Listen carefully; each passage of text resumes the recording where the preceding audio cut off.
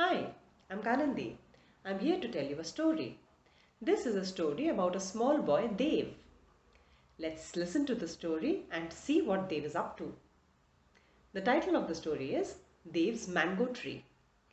Dev had many plants in his garden, but he was still sad. Why do you think he was still sad? Let's see. He was sad that he did not have a mango tree. His grandmother gave him a mango seed to plant in the soil. Dev was very happy. He planted the seed in the soil and watered every day. How do you plant seeds in the soil? Can you do the action? Yes, you dig the soil, make a hole in it, put the seeds in it, cover them with soil again, pat, pat, pat, pat, pat, and then you pour water on it.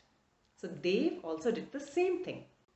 After many days, a small mango plant grew where he had planted that seed.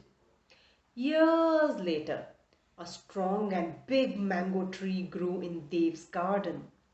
Dev loved this tree and waited for mangoes to grow on it. One summer, he saw bright yellow juicy mangoes growing on his tree. Dev enjoyed eating mangoes with his friends and family. Which is your favorite fruit?